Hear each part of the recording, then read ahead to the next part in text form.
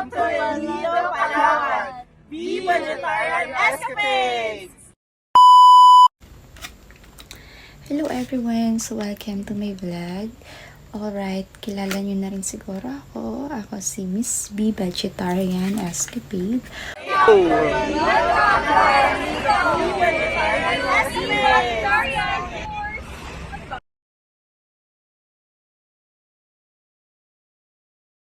Okay, so welcome here sa aking video. Kung gusto mong magkaroon ng idea all about El Nido Tour Packages, so tamang-tama po itong video ko para sa inyo. Okay, sa video na ito ay bibigyan ko po kayo ng idea kung ano yung meron sa mga packages na ino-offer ko. Alright, so kung nakita nyo dito sa video na to ay 4 days and 3 nights package po. Okay, so sa 4 days and 3 nights po, ang ating travel itinerary ay sa day 1, ipipick up lang po namin kayo dyan sa PPS Airport. Then, travel to El Nido. Ang ating travel po ay 5 to 6 hours. Okay, take note, ang ating travel ay 5 to 6 hours. Kaya, kung mag-book po kayo ng inyong plane ticket, much better po sana na mas maaga po yung arrival nyo para hindi po hassle sa inyo. Kasi kung gabi na kayo mag-arrive, like 11 PM, medyo mahirap na po kasi yung van schedule natin ay hanggang 8 PM lang po. Okay, so kung 11 PM ang arrival nyo, much better na mag-book na lang kayo ng private van. At saka ito pa po, once na joiner lang po kayo, wag po kayo mag-expect na kung anong oras kayo dumating, is ganun din po ang oras ng pag-alis ng van. Okay, kasi marami po mga nagko-complain, bakit daw ganun, hindi agad nakakaalis, kasi po joiners nga po tayo. So, kailangan nating antayin ang iba ding mga guest. Minsan, nagpipick up pa po yung van sa ibang hotel, o diba? Okay, may mga antayin pang mga kasamahang guest, okay? So, ano lang po, na kapag joiners tayo, hindi po exact talaga na aalis ang van kung anong oras din yung arrival nyo, okay? Para at least po, naka-mindset na po kayo para pagdating dito ay hindi po kayo ma-stress kung bakit. Bakit almost 30 minutes na ganon. So, hindi man po palagi. May mga pagkakataon lang na kailangan talaga nating antayin ang iba pang mga guest, okay? Ulitin ko, hindi po palagi na ganun yung case. Minsan, pag punuan na agad yung van, so nakakaalis na rin po agad yung van, okay? Case to case basis pa tayo, okay? So, day 2, Tour A. Okay, ang pick up time po ng ating tour ay 8:30 to 9:30. Okay, free pick up po tayo around town, pero kung malayo na po yung accommodation nyo, ay ano po, meron tayong tricycle fee. Ayan. Tapos, ano pa bang i-discuss ko sa inyo? Ayun. Sa Tour A, kasama na po yung lunch natin doon, ha? Okay, then sa boat, syempre mag-expect tayo dahil joiners na po tayo. So, dahil joiners na po tayo, so mga 20 person, 20 to 30 person tayo sa boat. Then sa day 3, Tour C. Tour C naman siya, so with lunch din po yan. Expect din tayo na 20 to 30 persons sa boat. Okay. Kung gusto niyo naman ng hindi crowded, so pwede naman po kayo mag-book ng private tour. Then sa last day naman po ay departure time na. Okay?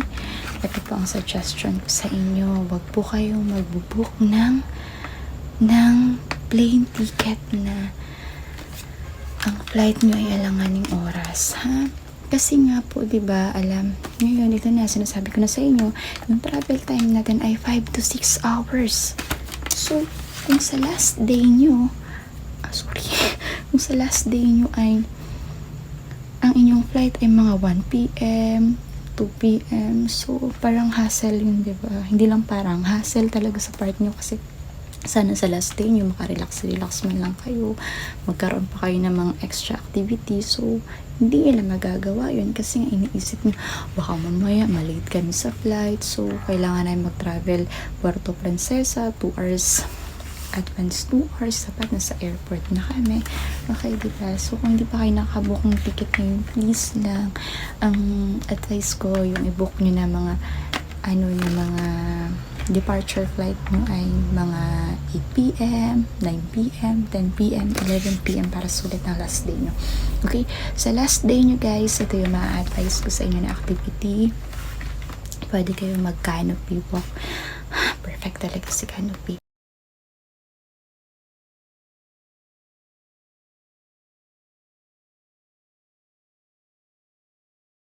Si canopy walk, guys, is makikita mo talaga yung view ng El Nido. Semi-hiking lang din siya, pero naka-harness ka. Kaya safe din po siya. Then, yung land tour ng El Nido, pupuntahan nyo yung mga famous beaches, kagaya ng Nakpan, Las Cabañas, tapos mga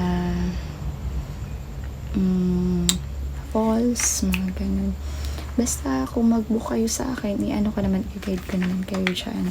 Magtanong lang kayo, miss, ano bang pwede magawa na may activity ngayon? So, kung tingin kong kaya pa ng oras nyo, i-offer ko yan po. Pero kung tingin kong alanganin na, syempre, hindi ko na i-offer yun, diba? Sabi ko nga, case-to-case basis tayo kung may mga pwede pa tayong isingit na mga activity.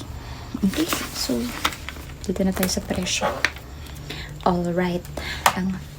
Ang 4 days and 3 nights po na package ay 6,450 per person. Ulitin ko, 6,450 per person. Ano po yung kasama doon? 3 nights accommodation na may kasamang breakfast na. Then guys, ito, alam to ng mga ng mga nagta-travel na. Pero yung mga first timer, hindi po kasama talaga yung lunch, ha? Kasi yung lunch, kapag nag-avail kayo ng tour, yan, doon na kayo mag-lunch sa tour. Pati dinner po, hindi kasama, ha? Okay. 3 nights accommodation na may kasama breakfast. Then, van transfer, round trip na yan. Puerto to El Nido to Puerto. Then, tour A with lunch, tour C with lunch. Then guys, sinama ko na rin pala sa package yung 200 na environmental fee tsaka 200 na lagoon fee para wala na tayong babayaran pagdating doon. At tsaka ito pa po pala, ha, sa tour C is meron po tayong pupuntahan na yung Matinloc. Meron po entrance fee doon na nagkakahalaga ng 200 to 300. Prepare lang po kayo ng 200 to 300 pesos. Okay? Then, sa naman po, sa Tour A is meron po tayong babayaran din na kayak. Pero personal nyo na po yun kasi hindi po kayo makakapasok ng lagoon kung hindi po kayo magkakayak. So, dala lang po kayo ng 300 to 500 pesos para sa kayak kasi po yung kayak ay nakadepende po siya sa design ng kayak. Kung crystal, mas mahal po siya. Pero kung yung regular lang, ayan, nasa 300 pesos lang po siya. Okay? So, yun po yung inclusion natin sa package. Tapos, about naman po sa accommodation, ang ating accommodation ay yung kasama sa package na to, ha. Yung accommodation is located sa town proper. Then, 2 minutes walk lang sa beach. Then, 3 minutes walk sa canopy. So, maganda po yung location ng accommodation na sinama ko sa package na to, guys. Kasi, talagang malapit siya sa beach, malapit siya sa mga restaurants, sa mga nightlife, yan, sa mga mahilig po mag-night out, yan.